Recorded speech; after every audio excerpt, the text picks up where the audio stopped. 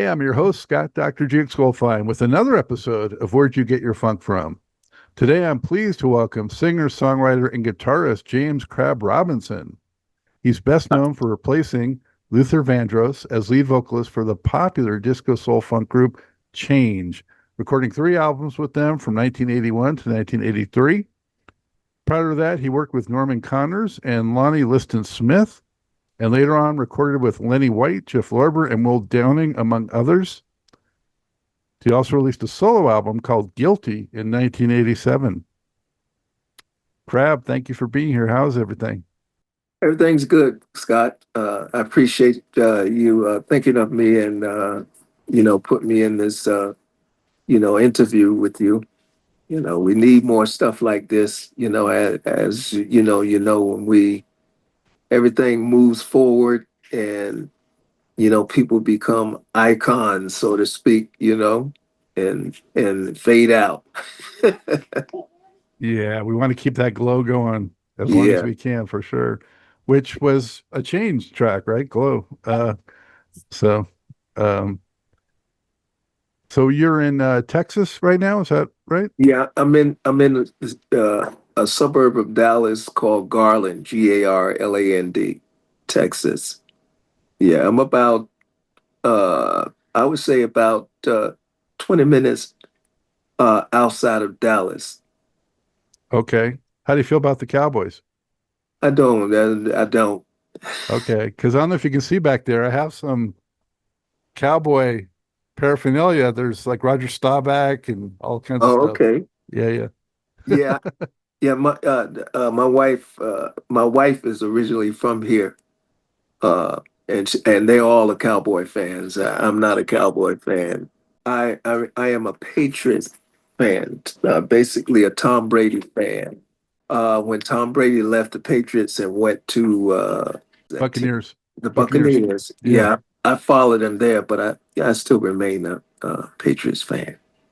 I got you. Okay. Yeah, Well, thank you for making the time to do this. And I got to also give thanks out to Paris Ford for connecting us. So thank you, yeah, Paris. You yeah. know, cousin, Great, right? great. Huh? Your cousin? No, we're just been knowing each other for years. And when I first met Paris, he was real young, and I took him under my wings, and you know, and he's became really, really. He was a hell of a bass player then, and I got to meet his mother and sister and everybody, and they took me in like family. Wow, that's fantastic. Well, I'm thankful to him for connecting us and thankful to you for making the time. So, Crab, first Yeah. off, before we get deep into it, how'd you get that nickname? Uh, as a kid, I grew up in a little kind of like colonial Indian town in upstate New York, and the town was called Nyack, Nyack. You can look it up on Google, but it was a great place to grow up. Uh, had a lot of friends. I graduated from high school up there. Played football, track, and I wrestled at school. But on Saturdays, when Soul Train first started airing, uh, we used to get up on Saturday morning, get our bowl of cereal and go downstairs and watch Soul Train and watch Soul Train. And when Soul Train was over, we used to go to the YMCA, and we were there every Saturday. So normally we didn't have a lifeguard in the pool area, and we went there to swim. And I was trying to get my act together in the 3 feet of water, you know, and I could free style to one side to the other, but in all of that, I never uh, learned how to tread water, And so, all the guys talked me into going off the diving board into the deep part. And I did a cannonball. I don't know if you know what a cannonball is. Yeah. Yeah. So I did a cannonball and I hit the water, boom. And, uh, but I was straight, kind of perpendicular in the water. And I could not flatten out to to get to the side of the pool, and I started drowning. And uh, my brother jumped in, and I was fighting so hard. He had to, when he jumped in, he dove under and grabbed my feet, behind my butt and stuff, and lift me up and carry me to the side of the pool. And everybody started saying it looked like I had like more than two arms. My arms moving so fast. and and at the same time, this American famous Olympic swimmer whose name was Buster Crabbe. I don't know if you heard of Yeah, him. yeah, yeah. That's old time. Yeah. Yeah, Buster Crabbe, and it took off from there. They started calling me because at that same time, Buster Crabbe had a commercial on TV about a fitness T-shirt that you put on, and it suck you in a little bit, make you lose a little weight, and man, it took off from there. So everybody started calling me Buster Crabbe. And yeah, that's how I got the name. And so it it went from Buster Crab to just Crab. All the old folks, whenever I came in, they used to call me Lobster. All different. It just went from one thing to the other. But finally, in the music industry, I had the name, and so that was my name, James Crab Robinson.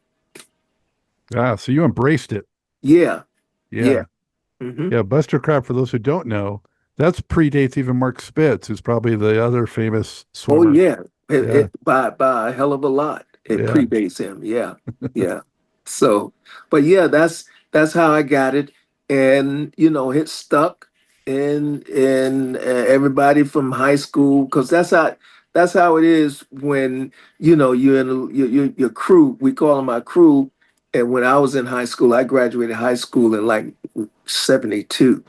You know, and all my friends, we all was together every day. We went from the Y, we went to the local pool, had a big giant pool uh, uh, in, uh, in the area, which was public, and people used to come up from New York, everywhere to Rockland Lake, the big giant pool. That's where the water was like 15, 16 feet, you know. Uh, and we hung out every day. Yeah, so it was Very cool. beautiful. I had a great, you know, growing up, childhood.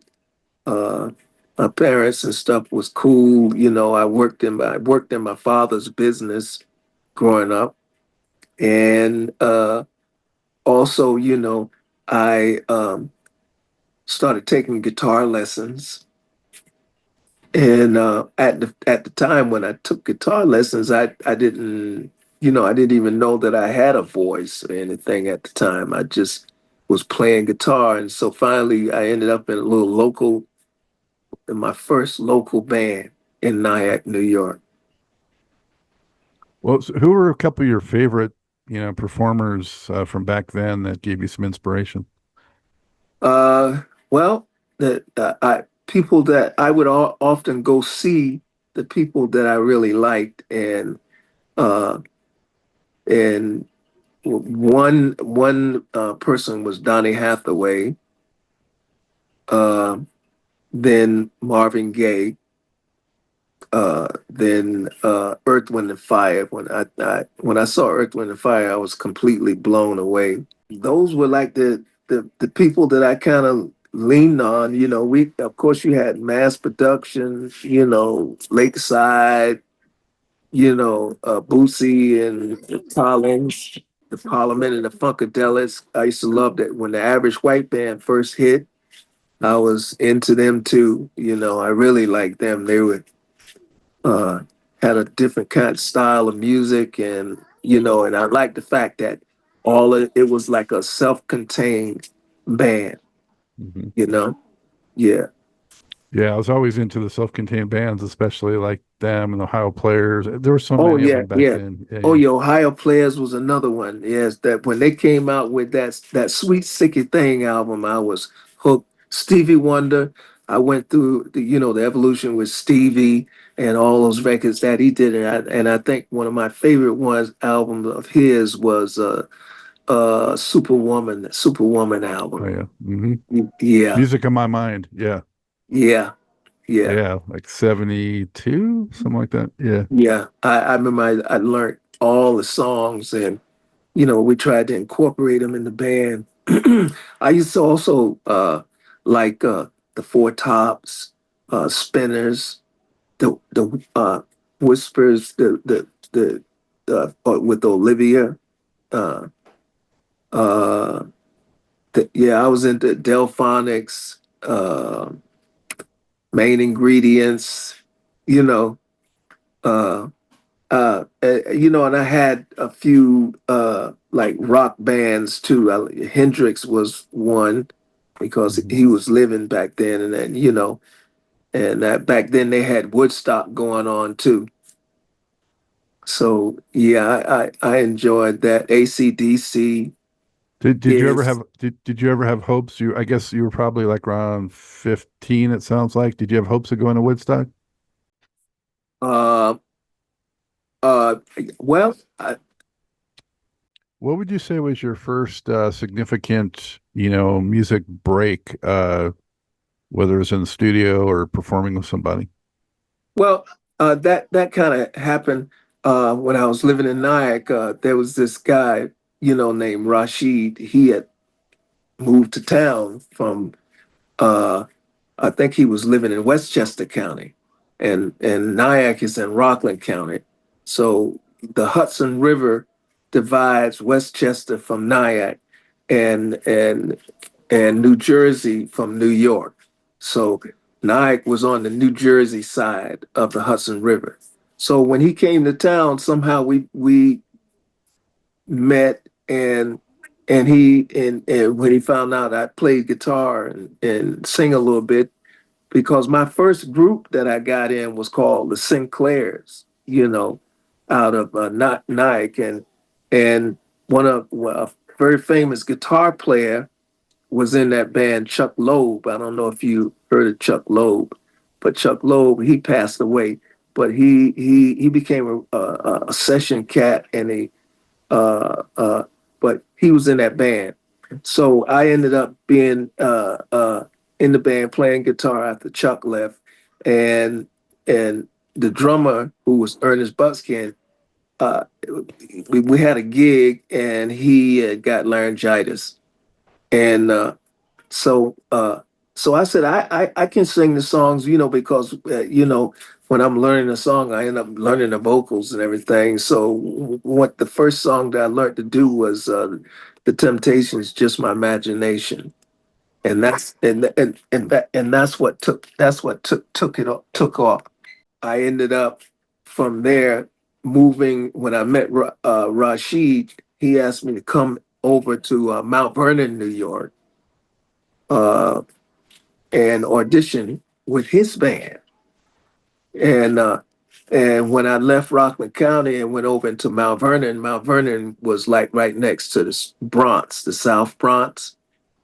And so I auditioned at this nightclub over there called the Zambezi Club. And the Zambezi was very popular back then. People used to come from all over New York, Long Island, everywhere to the Zambezi. I got the gig, and everything took off from there. And I ended up meeting someone else that took us to Ohio, Toledo, Ohio, and to record.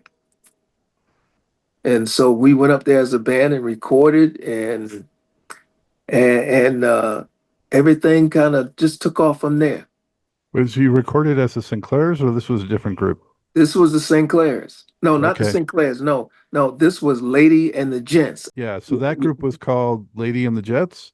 Yeah, Lady and the Gents, Okay. like gentlemen, gents, Lady and the Okay. Gents. Gents. Okay. Yeah, and we went to Toledo, Ohio, and we recorded because we had a bunch of original stuff, and that band kind of uh, metamorphed into Kenyatta, and that's how I met Paris.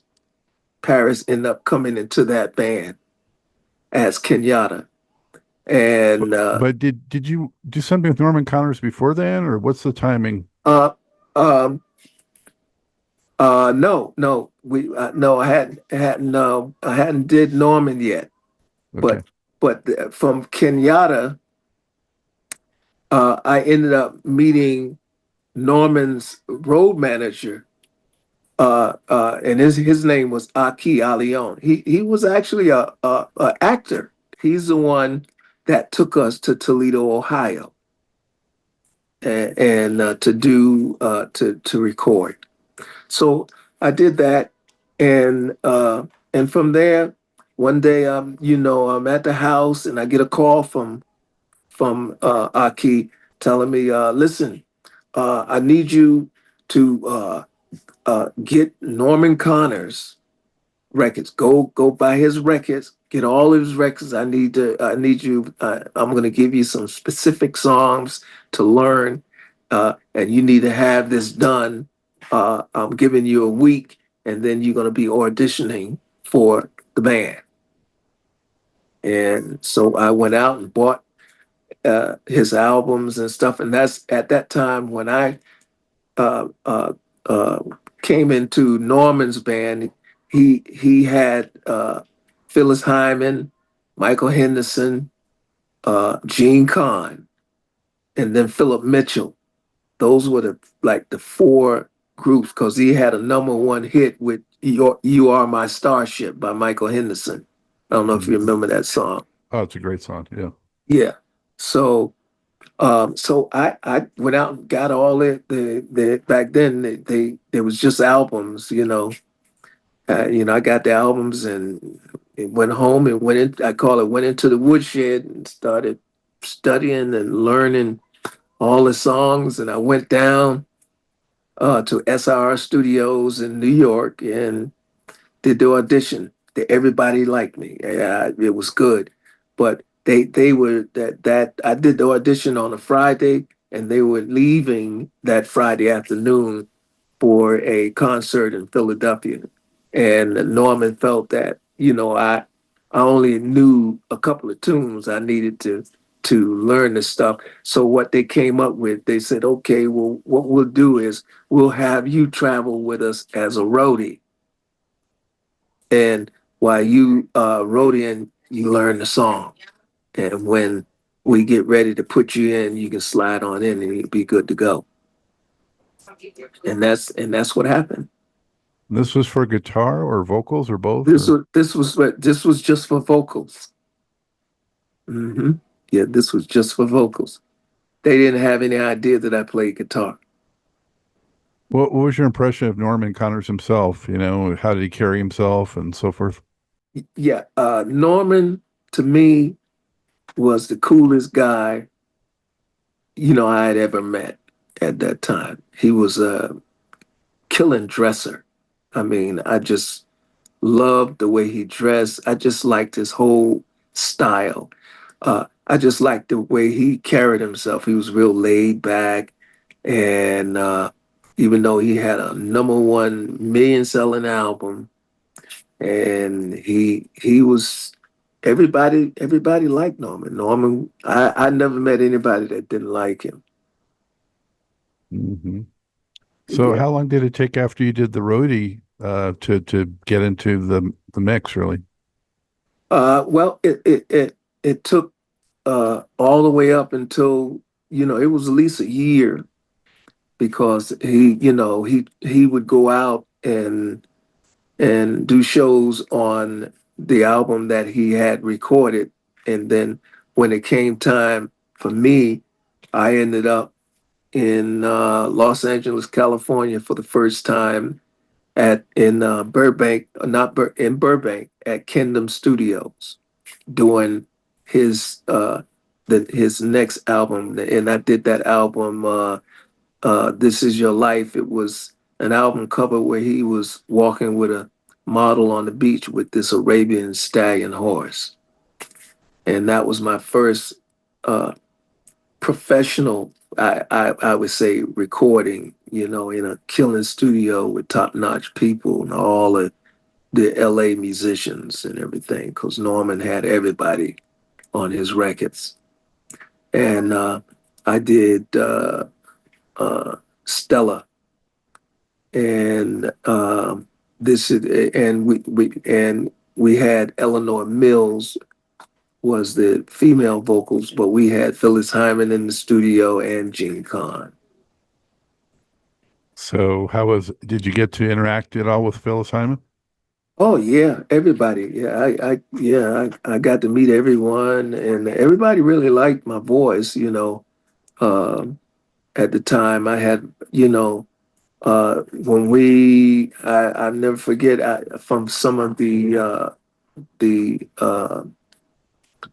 interviews from the press and stuff of the show.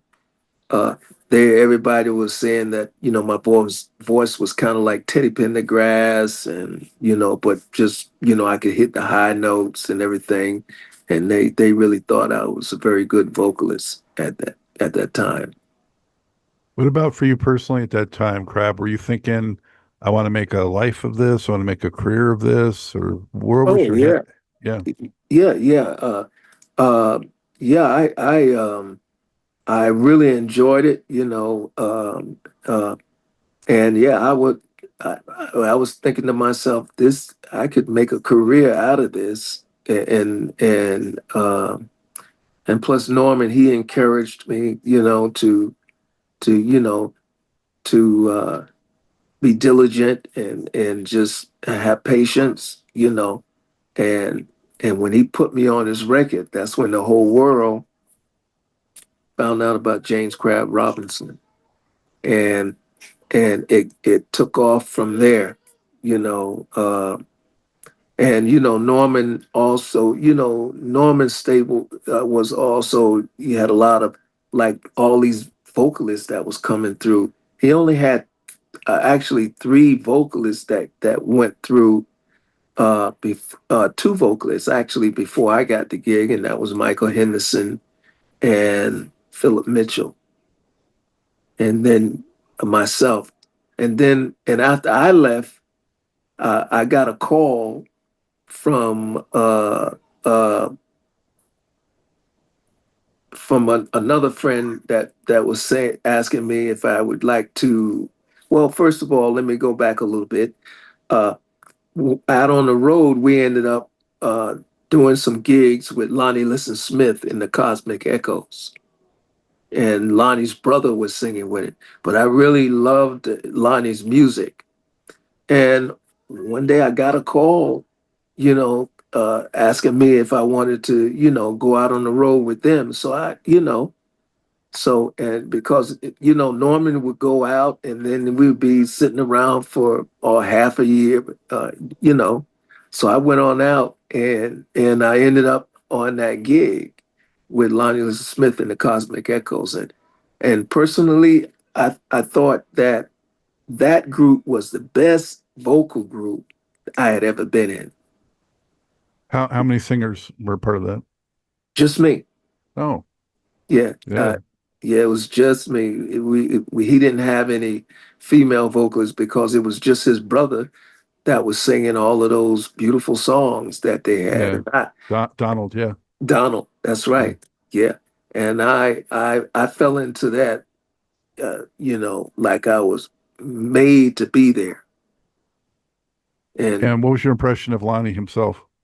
another laid back guy. I learned a lot from the OGs back then. They were not impetuous.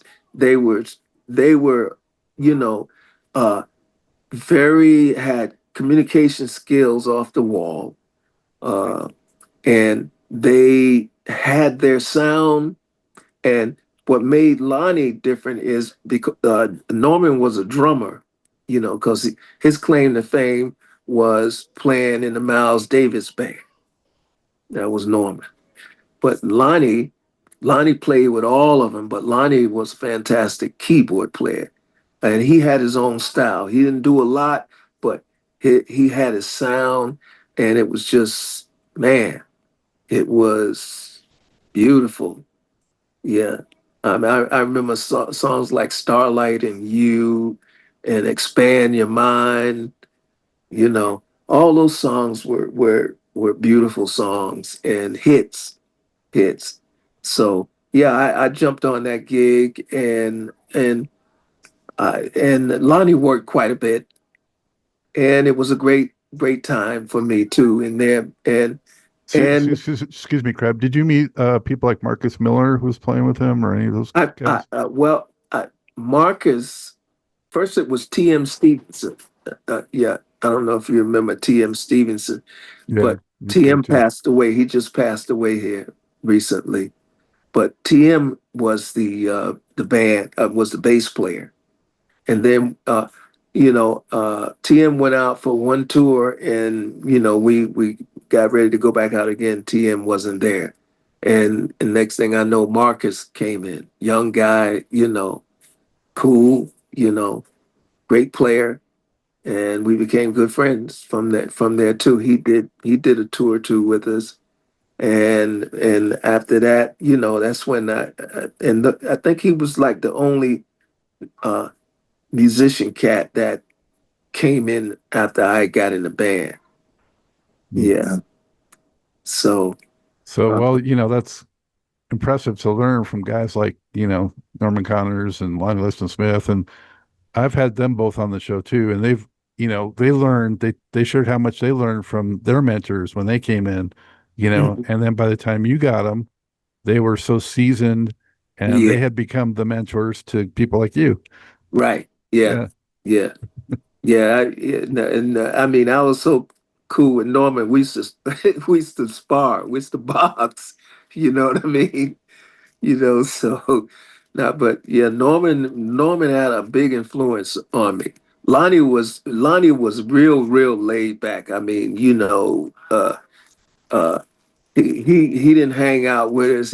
Norman Lonnie was just, you know, the cosmic echoes. That was his thing, and even the way he talked. So yeah, but Norman was like a guy that was well versed uh in the music, well versed in being individuals that was very approachable, you know. So Yeah. So, we're talking now time wise, like around 79, 80, right. and you somehow connected with Change folks. Yeah. Uh and yeah, change came about from a friend that I grew up with, a guitar player in Rockland County, and his name was Doc Powell. Doc was the music director when they did that Change record. After first, Luther was there, and when Luther left, they did another real killing, that big hit record they did that had Hold Tight and all of that stuff on it. Diva Graves, all the studio vocalists, and Luther was singing background too on that record. But Luther had went out and with Marcus and did his single, uh, uh, you know, that song he had, dun dun dun dun dun dun dun dun The, dun dun. Yeah, are you you know, talking about Luther's first hit? Was yeah. it? I don't know if it was Never Too Much or. Never too much. Yeah, Yeah. never Okay. too much. Yeah. Yeah, that's when Luther left the band. And when Luther left, Doc Powell gave me a call. So I went down, and it was a lot of male vocalists there at the studio, and we were in Media Sound, which is 59th Street and Broadway in New York. And when I walked in there, man, it was a lot of people. I just sat down and listened, you know. And then I was one of the last people to audition, and I stepped in the booth. I stepped in the, it wasn't like I went and I was on stage or something, you know what I mean? But I was in the studio listening to the tracks through the headphones, you know, uh, killing tracks, and I jumped in there and jumped all over it, you know, to the point I had, people going, okay, okay, wait a minute, hold on, do this. And next thing I know, when I finished, I walked into the control room, and they said, you the cat. Cause and man, now I felt like, okay, I'm in a top 10 band now. So things is really, really gonna be great. And that's when it just took off like a rocket. And straight up R&B and dance, whereas the other ones were more jazz R&B. Right. Yeah. Exactly. Yeah. So, and I remember how we had choreographers, all that for the opening and show, and we opened in New York at the Beacon Theater. And man, all the shows were sold out. We had a comedian that opened, and then we had this young man. All I remember his name is Robert, I think, but he had that song, "The Time Is Right, Turn Down the Lights, Take My Hand." That he was the Yeah. opening act, Robert Winters or something like that. And I never forget the MC of the show was the DJ, uh, Frankie Crocker? Frankie Crocker, the chief rocker. Frankie Crocker was, and I never forget, man, the way he was when he was calling. He says, "Man," I remember I was kind of standing backstage, you know, and uh, when we got ready to go on, and we had outfits. I mean, it. Fred Petras put out a lot of money for that band, and so and we hit the stage doing searching, and I never forget. We had two keyboard players. Rob was on one side of the stage, and Jeff Bover was on the other side of the stage, and we had um Timmy Allen on bass, uh, Toby Johnson on drums, Vincent Henry on guitar and saxophone, uh, Mike Campbell on guitar. That was the rhythm section, and on that's when I also was playing guitar too. Uh, then the female vocals, we had Carol Silva and Mary Seymour and Debbie Cooper at that time when we did that show. We eventually incorporated Jocelyn Smith on the show, and I never forget. We had like you seen like the fog machines that used to pump like fog out over the stage, Right. and and when we hit, uh Jeff was doing like the cricket sound on uh uh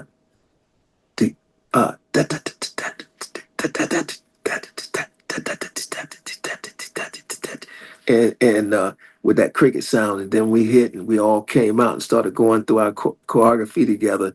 The crowd went wild. It was unbelievable because Change had already had this big following from Luther when he was, when they was in, but they never really had a good band like we had. We had top band. Yeah, And those are I, great players that you ran down. oh yeah, yeah. And I remember I came out and I hit the town in the cold of the night, looking around in the warmth of a light. And I mean, the crowd was just going crazy. Yep, yep, the crowd was just going crazy. So Yeah. Yeah. Um, so you must have spent a lot of time rehearsing as well, right? yeah, man, we rehearsed probably about 2 months for that gig because from that gig we left and went out on the road from there. And I mean, and everybody was all over America was like this Change band, you know. Everybody wanted to know what was going on. Did you do Yeah. some TV shows as well? No, we never did TV shows. We didn't get it. We didn't get that's, and I think that was one of the downfalls uh, of the band because we didn't do any TV shows, and nor did we do a video. Uh, it, Hmm. you know, and I think at that time the videos was just starting to take off through Michael Jackson. You know, and so we never did any of that. We just went out on the record being played at the different stations around the country. So do you remember first time hearing something on the radio that you were part of? Oh yeah, Tell us yeah. about that. Um, it was a buddy of mine. We were coming back from somewhere, and I pulled in the driveway, and they started playing uh, um, one of the Change songs that I was singing on. And but as far as the big hoopla, that was the biggest point. But I had heard myself on the radio many times before from Norman, and Lonnie, you know what I mean? So but again, they were playing on the radio station WRVR, which was the jazz thing. But now on this here, they was playing BLS, and Frankie picked it up because Frankie had a radio station out in LA. And so we'd be riding across because we didn't fly to our gigs. They rented one of those customized Greyhound buses, fully loaded with all the accessories like living at home. Two lounges, showers, 7 bunks, like a kitchen. It was nice. So the band got a chance to really, really live together, you know. And Brad, what was Fred Petrus like? Fred, uh, Fred was first of all, Fred was a very smart guy. Uh, but Fred, he had an air about him, uh, and I don't know how he picked that up, but his thing was, you know, he didn't want to pay you uh, a lot of money. He wanted everything done cheaply, you know, Mhm. and and before we got together to do the first show even with Change, Doc left the band as the music director, and that's when we had to get Mike Campbell came in, and it worked out. But Doc left, and that was a big blow. But Fred, and he left because he was actually, you know, bullying Doc, you know, and because we was at the, I never forget, we was at the studio, and everybody we were rehearsing, and Fred had came in and asked Doc to come.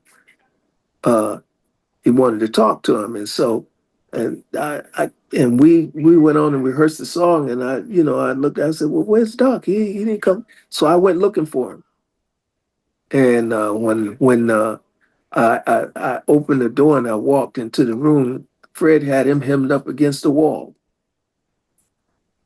I never found out, exactly what Fred wanted of Doc, but all I know is that wasn't going to happen. What was going on?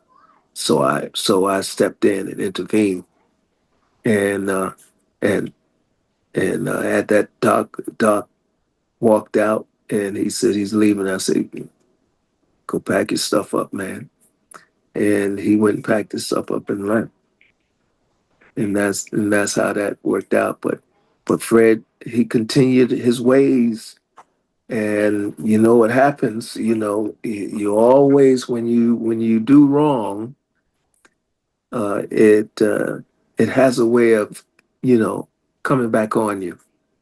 And Fred, was up to his same old games, trying to cheat people out of, cheap labor, and doing this and doing that, and not paying people after they did a service for him. And he got shot in Guadalupe, shot to death. What year was that about? Wow. It was in the 80s. Yeah, it was in the 80s. Wow. Yeah. So many of those instances, especially when those guys that were running things and using a lot of different musicians and artists Right. would just try to rip them off, or get them on, Right. and just flip to others and just kind of do that shuffle. Right. Yeah, that's Yeah. that's yeah, that's exactly what happened. In fact, when I heard the news, it didn't surprise me. Because he was a mess, Did but did he was he very smart. He did he spoke actually up, have any talent, or he was just smart business wise? smart business wise, and he spoke a couple of different languages. He spoke Italian fluently, French, English. So and all those, because he was actually from like Guadalupe over in that area, but he had moved to Italy, and you know, and I mean, he spoke the language fluently, you know. Uh, Well, who were a few of the name acts that you were on the bills with when you were part of Change? um, oh, I remember opening up for Rufus and Chaka Khan. I met her for the first time. Um, we didn't do too much opening for the big acts. It was always, we always headline. Oh, and we went, and another big act that we did was we went on out on tour with Rick James and the Stone City Band. We also went out on tour with Cameo. uh but those were like the, kind of like the top bands that was in that R&B category at the Did, did time. did did you cross paths with Rick James at all? Oh yeah, I became good friends with Rick. Oh Hmm. yeah. Yeah, Rick was very cool. Rick. Oh, and another group that I became good friends with was the Whispers. They, yeah, they were real cool. I mean, they used to tell me, "Hey man, they're twins." They used to tell me, "Hey man, you make it look too easy. You gotta make it look hard. Make it look hard." The So Scots. Yeah. yeah, yeah, but yeah, they were all, everybody was back then out on the road. Everybody was very cool, and then we of course we worked with Atlantic Star, Frankie's Frankie Smith and the Double Dutch Bus, mass production, uh, you know, uh, Lakeside, we worked with those guys too, but yeah, they were all like headlining. We were like the main the main act in that thing. Yeah, but How did it feel for you after, you mentioned earlier that Whispers was one of those ones that you kind of looked up to. So how did it feel that you were rubbing elbows with some of the cats that you had looked uh, up to? yeah, I didn't get a big head about it.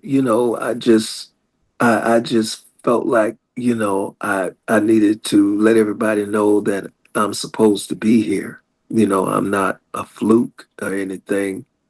You know, the vocals that you heard on the record, I could do them live.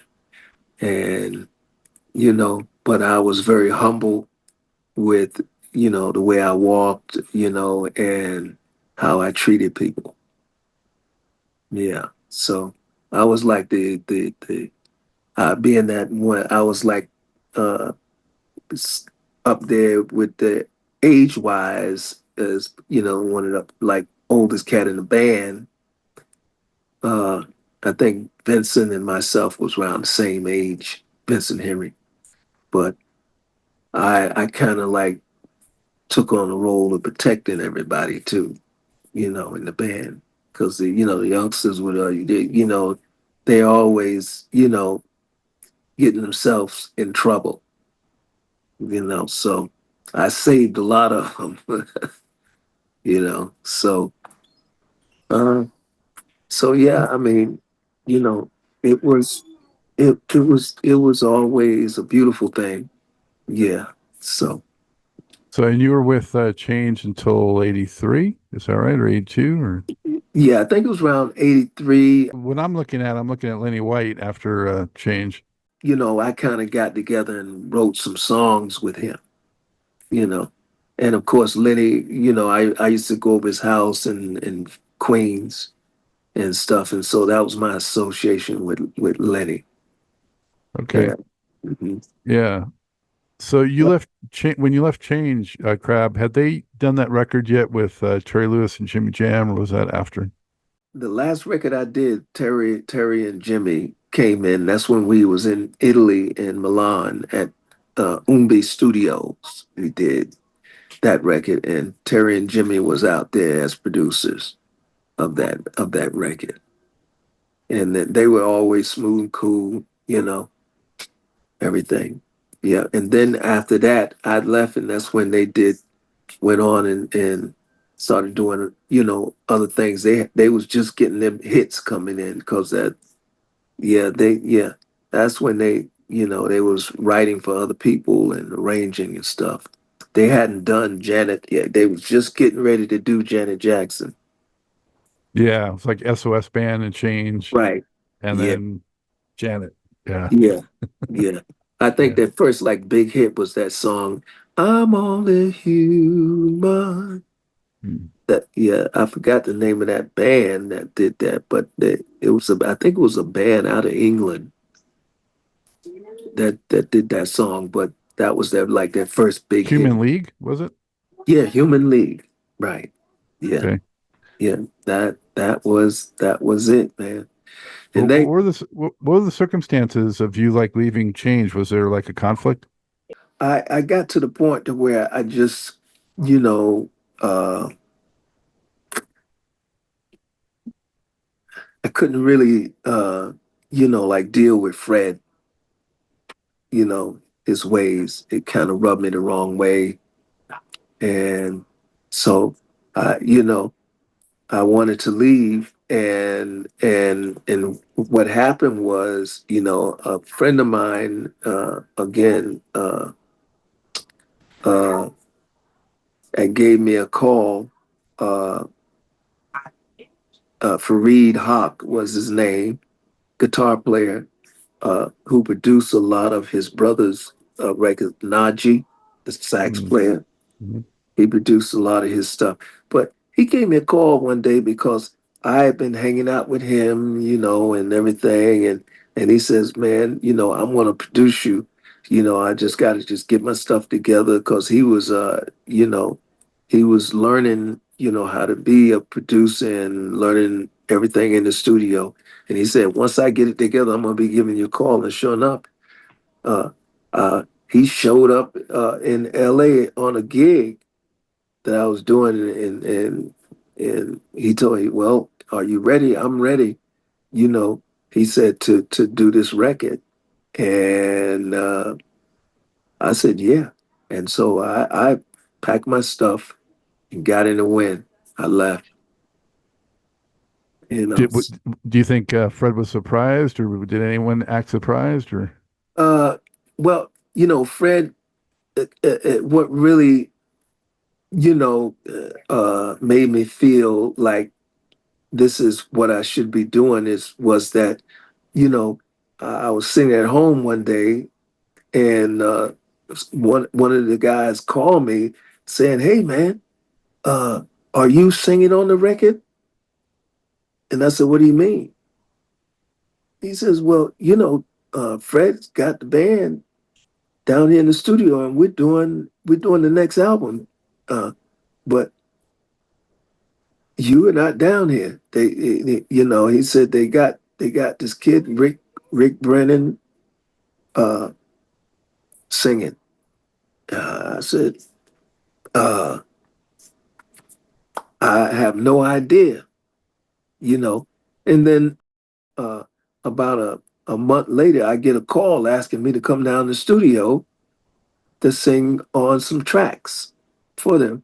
And I went, you know, I went down and I sang, but and that was it because uh, I never went out on tour on that last thing I did with them, so because I ended up in the studio with Fareed uh, and it was more important for me to be doing my own record as to singing somebody else's stuff.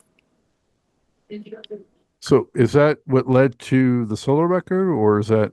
Yeah, Yeah, that's yeah. yeah, So that's what led to that. And um and and we took our time with it. And of course, Fareed, we knew everybody. We had top musicians playing, and the songs was nice on my solo record. Uh, real like soul balladeer kind of yeah, vibe. Yeah, yeah, yeah. yeah. So we had some funk stuff going on. It was different. We that record was really hit.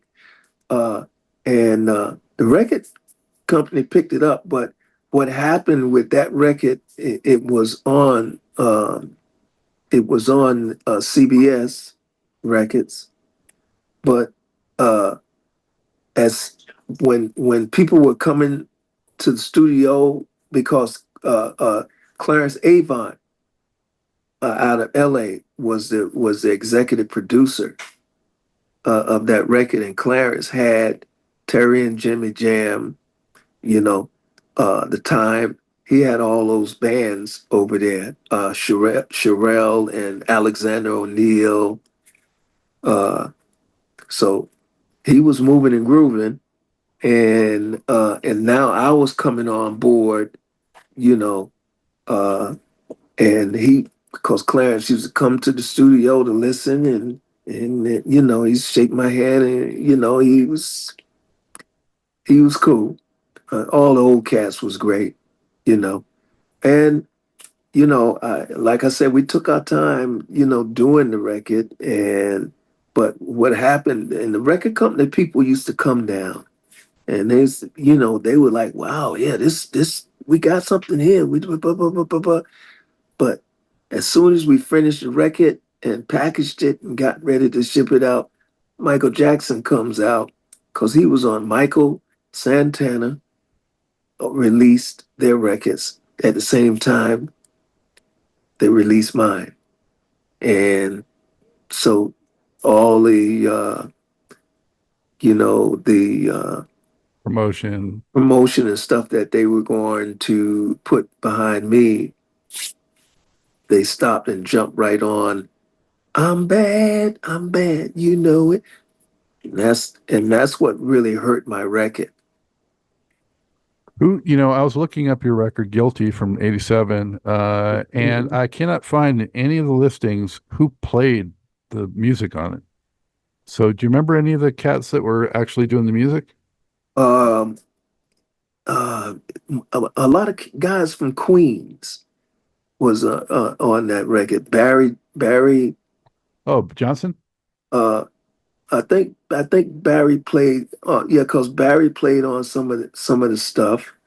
Uh, the keyboard player, I never forget. I can't remember his name, but I didn't know those guys. You know what I mean? They were all Fareed's boys that he had, and plus Fareed, he played guitar on all the tracks mostly, and Najee played horns, and we had this one guy come in with this kind of looked like a soprano sax, but it he had it hooked up, MIDI hooked up, and he had all of the orchestral stuff that he could just blow, and he could, emulate the cymbals, the drums, the cellos, everything. And that's when that record, The Lord's Prayer, that I did on the album, that was all from that one instrument, which Mm. was I was blown away with that.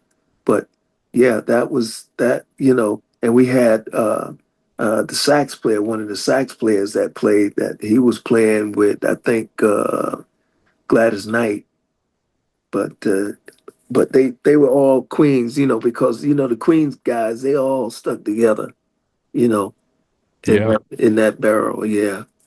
Yeah, so So did you get to even do any shows with any of the material or uh well, outside of I went down to Atlanta doing the Jack the Rapper festival, yeah, and I sang at a couple of those things, like a showcase? Yeah. yeah, showcasing everything.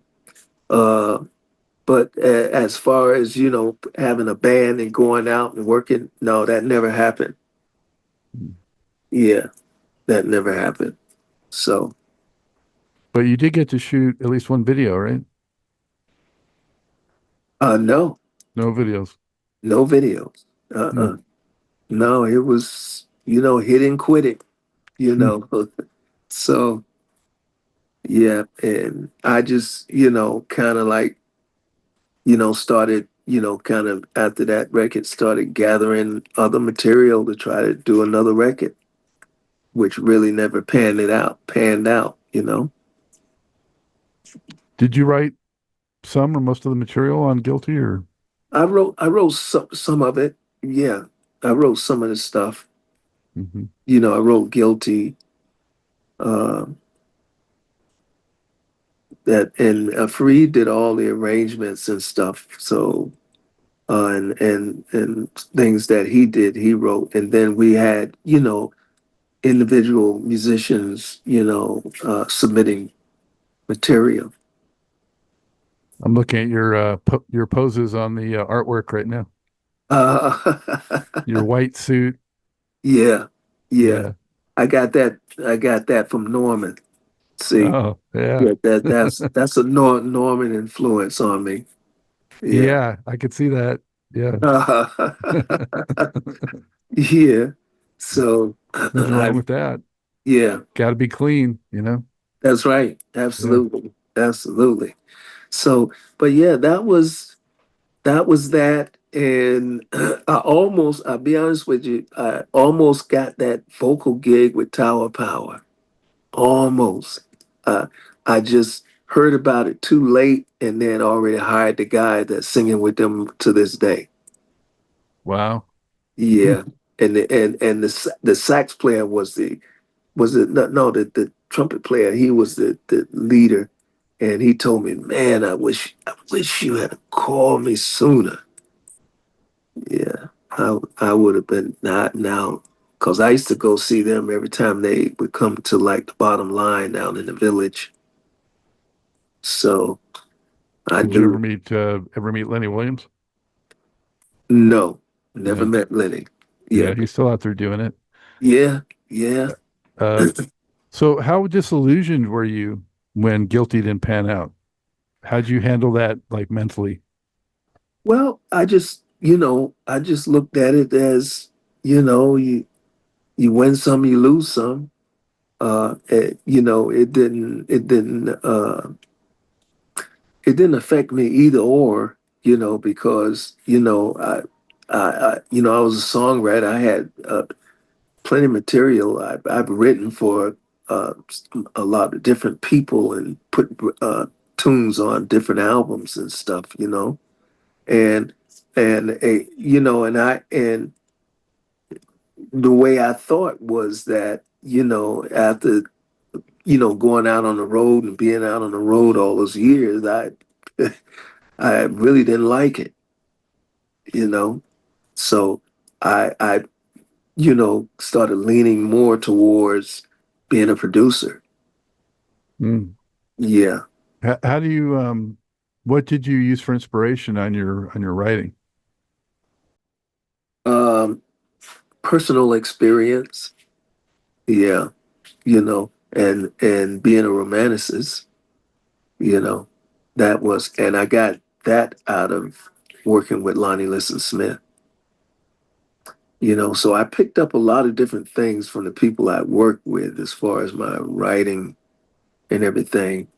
And again, being a romanticist, uh, I really, really enjoyed. I would listen to the lyrics first before I would focus in on what chords were being played. So So would you pretty much compose with your guitar or on a keyboard or yeah, with the guitar. yeah. Yeah, yeah, and then you know, uh, and a lot of my stuff that I did, I would piece together everything, like for instance on because I was back even when I was singing with Change, like I wrote a couple of songs on Change record, like the title cut of one of the albums, "Sharing Your Love." That was my song. Uh, and where when I brought the demo in, I was playing everything, bass, guitar. Uh, the only thing I wasn't playing was keys, and I had Jeff Bover come in and do that. But yeah, I was playing bass and guitar and stuff on that stuff. And that song again was a very romantic type song. You know, I and I would also try to place myself in a like picture myself literally in some type of element that coincided with what I was writing. Like for instance, "Sharing Your Love" was to me it was a very gothic kind of song, haunting with that flute, ba da booty boo da boo ba ba da, and so I pictured myself like standing on a beach on a real foggy, misty day with a scarf around my neck, looking out over the ocean with that haunting flute.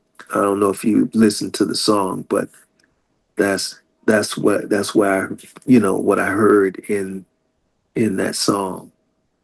So yeah. Yeah, that's the And then I wrote some things for Michael McDonald that I never got a chance to get to, but I had this knack of sounding like him too, you know. And so, which could be a possibility because I still have those songs, and right now I'm uh, getting ready to start working with Doc Powell on another solo project oh, of bring it my on. yeah of my own, yeah, and where we're gonna produce it together, and so I'm just waiting for him to finish his project. When he finished, then we're gonna give it a shot.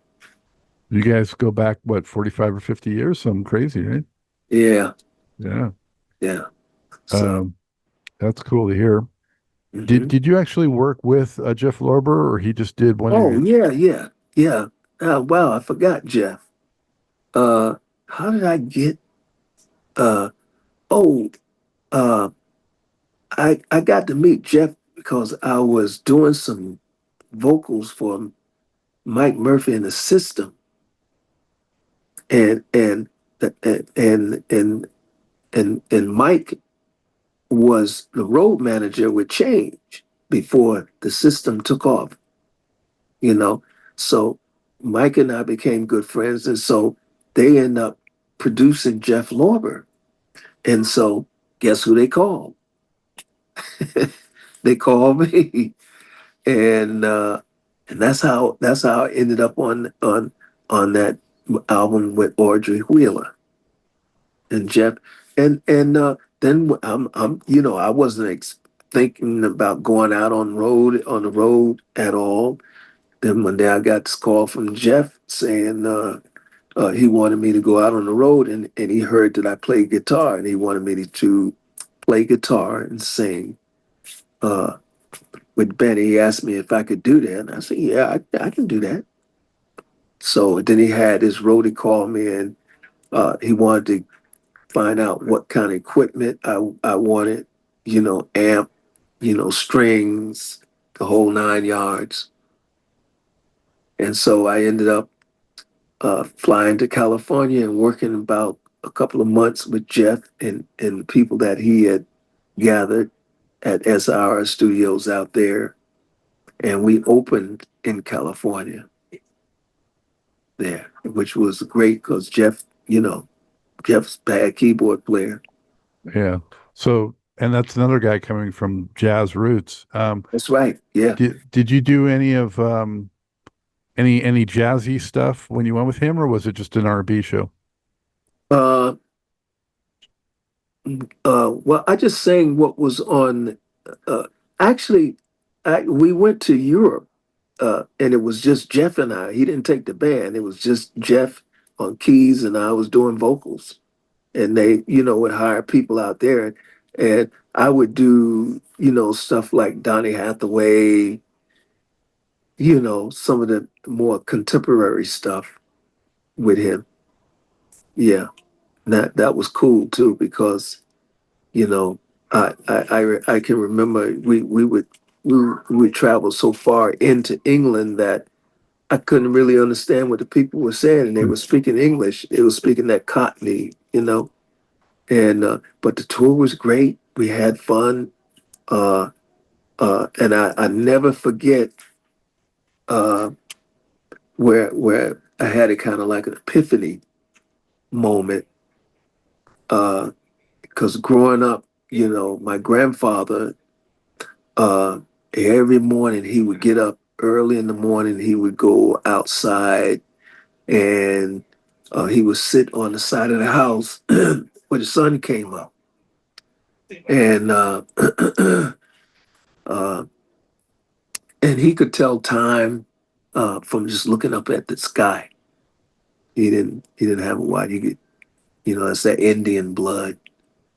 And uh, he so I had to get up and do my chores before I went to school because we had farm animals and all that stuff. And this was when I was living in Mount Olive, North Carolina. And so uh, so he would sit out there with his cup of coffee, and so I used to get a cup of coffee, and I go sit and I listen to Grandpa talk about life, and you know and back then, the coffee grind used to get, in the coffee because the straining system wasn't that good. You know what I mean? So, but one day he asked me to, when I finished drinking my cup of coffee, he wanted me to give him my cup so he could read the coffee grinds in the cup. Okay. So I handed him the cup and he started reading the coffee grinds and he looked at me. He says, I see you on some type of platform, he told me. uh, surrounded by a lot of people. He says, I don't know what this means, but this is what I see from the way the coffee grinds are. Uh, and so I took that, you know, you know, for what it was. And when I was in England and I walked out on that stage, it hit me. And that's when I knew that this was really was what I was supposed to be doing. As far as the level, I never understood that or knew what it was going to be, but this was what I was supposed to do. And it hit me that this is what my grandfather was telling me because I was on a platform and people were doing the wave because my experience in the UK was phenomenal. Those Mm. people were unbelievable, man, compared to over here. They they really, I mean, we had kids coming backstage, with Jeff's every record that he's done. Uh, it was Wow. just incredible how they really enjoyed the music. So because they at that time they really didn't have the a lot of distractions that we had here, you know. Mm. So, but yeah, Did Jeff want to know any Lonnie Liston Smith stories? I mean, that's probably, I imagine, someone he would have looked up to. uh, no, Jeff was just Jeff was, Jeff was uh, kind of, Jeff was kind of into his own thing. You know what I Mm. mean? Yeah, because I mean, he L.A. guy. His dad was the physician for the Philadelphia 76ers. So, he got everything he wanted. So he had all the keys. His studio was phenomenal, and he played a little guitar, bass. He got around in the music, and he was cool. He was cool. He was kind of So like, to me, he was kind of like trying or was kind of following like George Duke's kind of path, from the jazz that's right. background to being a real R&B producer, That's right. band leader kind of guy. Yeah. That's right. In fact, George Duke did a concert in L.A., and I remember George uh, using Jeff's that keyboard that you put a strap on and put Oh, around your yeah. neck. Yeah, that was Jeff's keyboard. So Mm. all those guys kind of hung out and stuff. And I mean, Jeff could play, man. In fact, as a guitar player, man, I picked up a lot from him because I think to me the subconscious mind is a very powerful thing. Because it's learning when you think it's not. Mm. And I whatever player or keyboard player that I played with and they stuck out for me, my subconscious mind was learning the riffs, the chords, the style.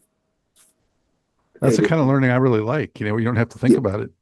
right. Yeah. Yeah, absolutely. Yeah. And so I would find myself when because Jeff let me play. I mean, it wasn't, when we was out on the road, he gave me my solos, everything. And I would play solos similar to him. Yeah. I really enjoyed working with Jeff. And So then, and Will Downing. now, I met Will through Bob Baldwin. Bob is another uh, fantastic keyboard player out of New Rochelle, New York. And I sing on a lot of Bob's stuff, you know. But again, Bob's stuff was, in that jazz room. And so I wrote uh, with Bob. I wrote this song, "Sailing on a Dream," and he played it for Will, and Will liked it. And so I remember Will came up to Newark Shell uh, to learn the song, and he went in and recorded it, sailing on So, the and you, I'm sorry to interrupt, but I'm just thinking Audrey Wheeler, who ended up with Will, you yeah, worked with previously, but probably before she even was with Will, right? that's right. Yeah. Yeah, yeah. Okay. She met Will afterwards. And now uh, Audrey was like family for me because uh, my mother, when my mother first came to New York, my mother was their nanny, and uh, I didn't even know that until we when we were getting ready to with Jeff, we was doing a gig, I think at Avery Fisher or one of those places, or the Beacon, one of them. And I took my mother to the gig, and when and she was telling me, she said, "Oh, I didn't know you was singing with Audrey." I said, "Yeah." She says, "Yeah, I used to live with them. I was a live-in nanny with Mm. them." I said, "Wow." Small world thing. Yeah. Yeah, yeah. And so, and I used to, I knew the family. I knew her dad because her dad he's a sky cap dude at LaGuardia Airport. Yeah. And so I met him, and their family was cool. They're all great. Yeah, I still talk to Audrey to this day. Mm. Yeah. So yeah. Who, who else that the folks might know that are watching? Did you work with, or maybe even just met, and it was really a thrill, or anything like that? Joyce, I think that was her name. Joyce Kennedy? Kennedy was, Oh, she's bad. Yeah. yeah. And she did she also did a duet with Jeffrey Osborne. Yep. So yeah, so uh, um, people, Bryson, I met, you know, met a lot of different people, Did you ever meet Luther? Oh yeah, yeah, I knew Luther well. Hmm. Yeah, yeah, yeah, I knew Luther well. Luther learned a lot from Luther too. Luther was the ace cat when it came down. His technique in the studio was unbelievable. How he could, be breathy, you know, with his vocals, and let the engineer do the work, you know. So, but yeah, and Luther was cool. Yeah. I met all those guys that was in that clique with Luther and them. Deepa Graves, who passed away a couple of years ago. She I think she sang on that song, "Hold Tight." Mm. Yeah, yeah. So yeah, man. Yeah, I ended up one day, we flew to California, to work, and I went out and I ended up over at Stevie Wonder's studio with George Clinton and the Parliament and the Funkadelics was in there recording. Wow. Well, that's a story. Yeah, yeah. And I never forget when that's when George had the beard and all the different Colors. ribbons. Yeah, Yeah. yeah, yeah. And they were putting it down, boy. Boosie on bass, that was that was like the pinnacle of funk Hmm. then for me to really be sitting in the control room listening to these guys throw it down. Unbelievable. Wow. That was in the 80s? Yeah. Yeah. Hmm. Yeah. So yeah, man. I mean, music business, if I had it to do all over again, I would do it again, you know. But I think what I probably would have done is got a degree, you know, in the business and in you know music improvisation and sight reading and arranging. Yeah, you know. So What would be your couple of like maybe two of your favorite songs that you've been part of, whether you sang them or you just wrote them or whatever? um, it would have to be "Sharing Your Love" on that Change record. Um, the song "Heaven" on Change, and "Starlight and You" from Lonnie. Then that tune on Will Downing's record, "Sailing on a Dream." Like three or four of my favorite that, you know.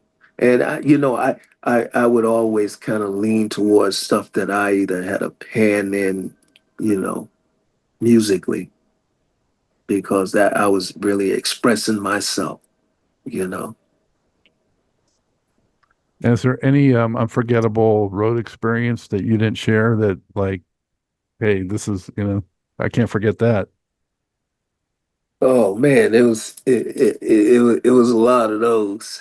I was in, I think the one that I'll never forget was we were in Louisville, Kentucky, and uh, on the theater that we was going to work at was on Muhammad Ali Boulevard, and you know we pulled up and we got there, and there was a delay. So I remember what I used to like to do. I used to like to get to the theater, and while the roadies and everybody's setting up the equipment, I used to go up to the top level in the theater and just sit and just watch everything, you know. Uh, and of course, you know, I would smoke me a bowl, you know what I mean? And go up there and just chill. And my partner, Mark, he called me. He always know I'm up there in the places. So he came out and he called me. He says we're having a problem backstage. So I go back there and the people promoters and stuff did not sell enough tickets for us to do the show. And everybody's saying, well, you know, he never did any advertising.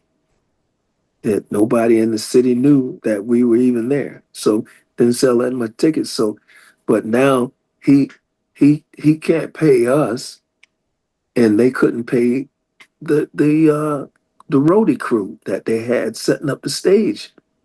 And so what the roadie crew decided to do, that they were going to hold all our equipment like it was our fault that this guy didn't do his job to sell tickets to get the show going. And so I'm standing in the door and Mark is outside the door. We got the piano case right by my leg. And so Mark says, "Come on, man, we're gonna pack up so we can get out of here." So Mark start pulling the piano case out. So I bend down to give him a hand, and this big white dude, he grabbed me in the back of my shirt. You know, where if you behind someone, you grab them in the collar from the back, Mhm. and grab my pants by the belt, and kind of spun me around and cracked me dead in the face. Boom, cracked me. I I never said a word to the guy. I guess you could say I was in the wrong place at the wrong time, and I got hit. But there was all these bands, Atlantic Star, Mass Production, all these people, Frankie Smith and the Double Dutch Bus, Change. Everybody was backstage, and when he hit me, he knocked me back, when I gathered myself, I came back, you know, to get at him, and that's when uh, the police, they called the police came, and uh, and everybody jumped on me. Everybody, I must have had about 5 or 6 guys holding me back from, getting in this guy's ass, you know. And so they escorted him away. So, so I you know, went to a corner and stuff, licking my wounds and stuff, and then the cops that came. So everybody done forgot all about everything. Now everything's settled down. People are moving their stuff out, and the dude was still backstage. So I snuck between the curtains, and I grabbed a mic stand and I twisted the mic stand out of the bass, and then I eased on. You know how on those big stages you can walk between the curtains and nobody even know you're there. So I walked on between the curtains, and I got right behind him, and I had the mic stand like I was holding a bat, and and at that time, I had the little guy on the left shoulder and the little guy on the right shoulder whispering in Yeah. my ear, and the the guy on the left shoulder said, "Knock that motherfucker out," crack his ass. And then the the other guy on the right said, "You better look around. Where are you? You in Louisville, Kentucky, and you getting ready to crack a white dude. Your ass is gonna go to jail." So I said, "Well," I'm gonna hit him. I'm gonna hit him, but I'm not gonna hit him up by where I wanted to hit him up by the neck and the head." So I said, "I'm gonna hit him down around his waist." So I lit out, and I got right up on him to swing, and the cop stepped in, and he hooked me under my neck. Just as I was like that, he hooked me right here, and they could have shot me, Mm. you know. But they hooked me, and the guy, and I told him, I said, "Hey man, I don't know this dude. This dude hit me for no reason." I said, "Why don't you just let him and I go outside and settle this?" He said, "Man, I wish you could, but we cannot do that. So you might as well go on, get on the bus and relax before you get yourself in trouble." And and I appreciated him telling me that. You know what I mean? And so that's what I did. I marched my happy butt out, and got on the bus. And I never forget at the next gig, all the guys that saw it, because we were on tour together, and they were saying, "Man," they said, "Man, the way he hit you, you should have been out. You should have been out." They said, "Man, that dude hit you. He cracked you, and you just stumbled back." I said, "Well, he got away with it." And then, normally, I grew up as a knife toter. I carried knives on me, and for some reason or another, I left it on the bus, Mm. and so you know that was one of the occasions that one guy got away, you know, but the next guy paid because Sounds like sounds like you're more Buster Douglas than Buster Crab on that one. yeah, because when we ended up in San Bernardino, California, and I was in the dressing room chilling, and the guys came and says, "Man, uh, you need to come down here, Mike, God bless the dead, Mike's. This guy won't. We had passes that said access to all areas, you know, and this big white boy would not let him go through. And so I stepped up on him. I stepped to him. I said, "Man, we got the passes. You can't do that." And dude pushed me. I mean, he pushed me because he was like, he was around my height, but he looked like he weighed about 260, you know. And when he pushed me, I fell back, but I fell back and I had my leg up to where I could put my feet on the back wall. When I hit the wall, my feet was up and it propelled me off the wall.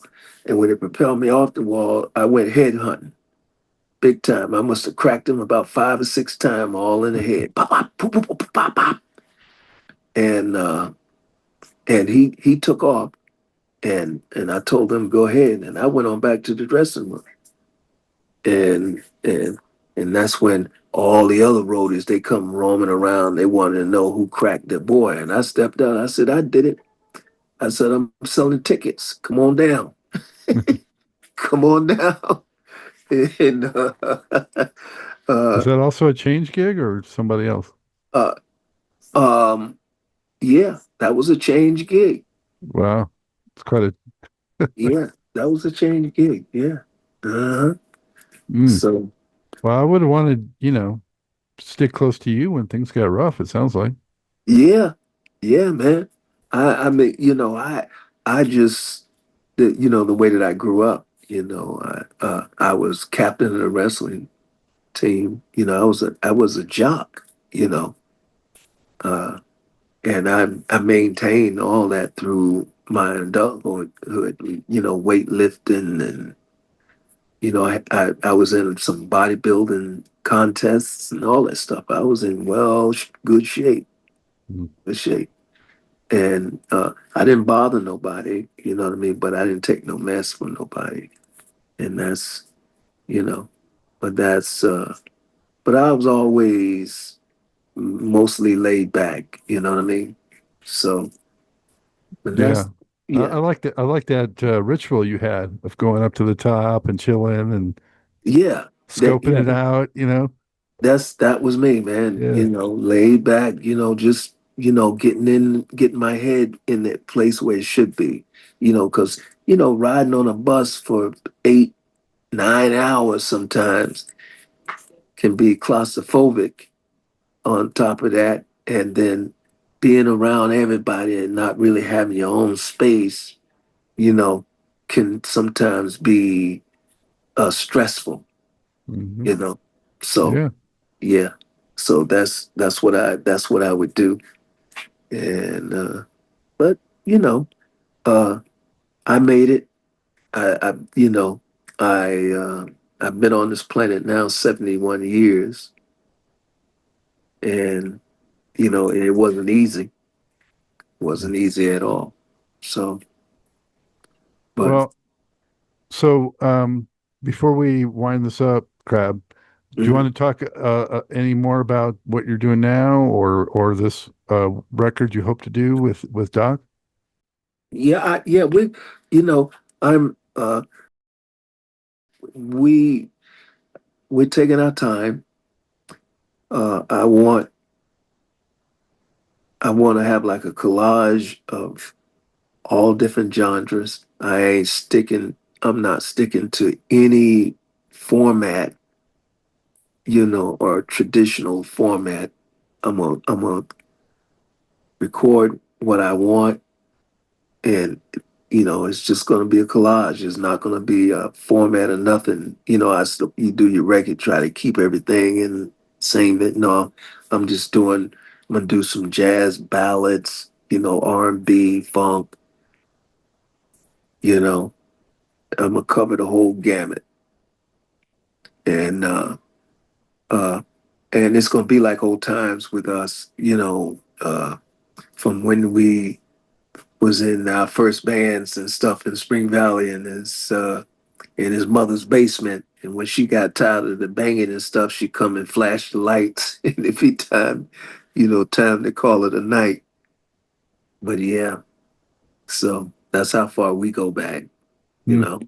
Yeah. Yeah. Yeah. So Well, look forward to that. yeah. Hopefully, you'll get it out there and let me know. Oh, yeah, definitely. Yeah, because I talk with Paris regular. I tell Paris all the time, man, how man, it bothers me that he can't play. You know, that really bothers me because man, that boy, that boy's bad bass player. Some of the records I've heard him on he's killing it. Yeah. Yeah, yeah, and the stuff that we wrote and stuff, man. Because when we did that record, we did Ecstasy. I wrote the title cut on Michael Urbaniak, this jazz violinist from Poland. And we had Anthony Jackson in there, Bernard Purdy, Mhm. uh, Calvin Johnson. Oh man, we had the gamut. Doc Powell. It was, Marcus. It was a jazz fusion record, and it didn't do anything here, but I heard that it did pretty well in Europe. And because Michael is still around, I just looked at Michael, where he did a concert where he arranged, had an orchestra, a lot of orchestral arrangements and stuff, because he was a bad violinist and he played uh, tenor sax too. So it was good, so. Uh, But Paris, his bass playing on there, you can look it up. The album is a black album with a white violin between female legs, and Yeah. it Yeah. says Ecstasy. Yeah. Subtle. Yeah. No, I see it on your list. Yeah. Yeah, I didn't yeah, listen to it, but I will. yeah. But I will say that the Love is the Answer album, Lonnie Liston Oh yeah, with Smith, Lonnie. Yeah. he was Pee Wee then, but Paris is killing it on that. Oh yeah, yeah, Yeah. yeah, and yeah. That was I enjoyed being with Lonnie. Everything Lonnie did was good. Yeah. So Well, and man, it's been really cool talking to you. I yeah, think hopefully we covered everything you might want to, and yeah, man. appreciate it, man. Yeah, I appreciate you too, man. Thank you very much for taking the time to give me a shot to reminisce on nostalgia and talk about my life musically and man, I really really enjoyed. Uh, I still do enjoy music. I enjoy playing. In fact, I got my babies right here. Oh, Some there of you them go. are. It's a beauty. Yeah, this is a 335, but I probably own about 15 to 20 guitars. This is and I think I got them at a stand. I got about sitting right here. I got about hmm, maybe 10 different guitars in here. Mostly jazz models like that, or Oh all no, kinds. I got acoustics. I got a couple of Paul Reeds. I got a Telly. I got a Tobias bass.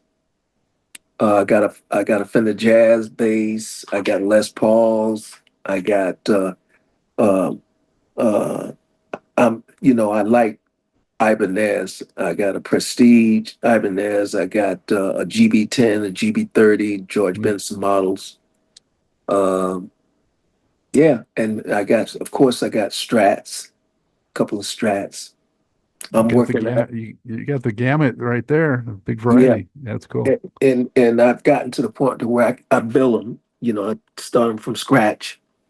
Hold on, let me put that back over here. Wow. Did you ever meet Benson? No, but I used to be up by his house a lot in Inglewood because he used to live in Inglewood, New Jersey.